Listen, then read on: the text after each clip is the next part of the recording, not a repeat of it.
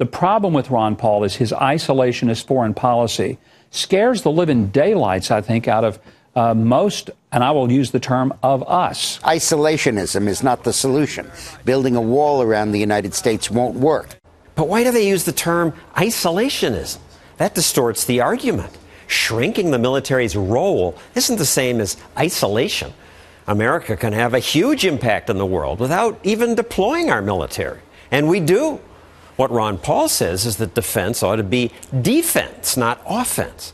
And with America going broke, we can't afford to spend more on our military now than we did when Russia threatened to annihilate us. But we do.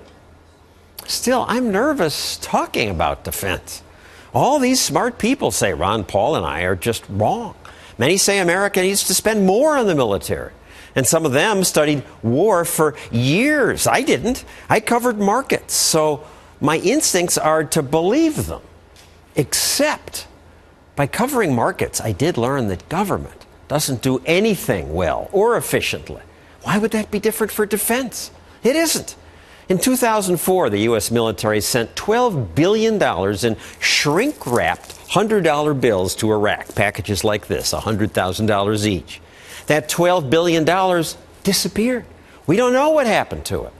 The U.S. official in charge said there was so much cash flying around his office, they called these bricks footballs, and they passed them around, the little pickup games. There's no cure for military inefficiency any more than there is a cure for waste at the post office. The point is that we should rely on government central planning as little as possible.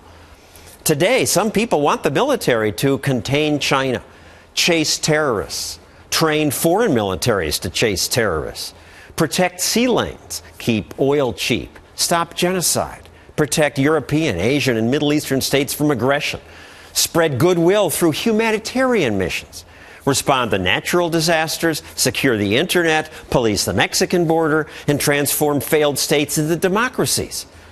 Politicians have a hard time saying no to such noble goals, but the list is endless, which is part of the problem.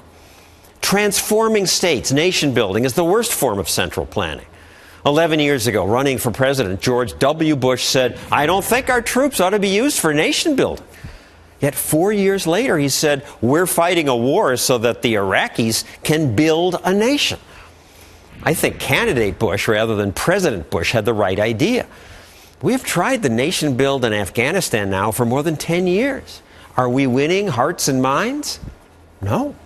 A recent poll of Afghans found just 43% had a favorable impression of the United States, way down from 83% in 2005. In Afghanistan, our attempt to nation build leads to PowerPoint slides like this one.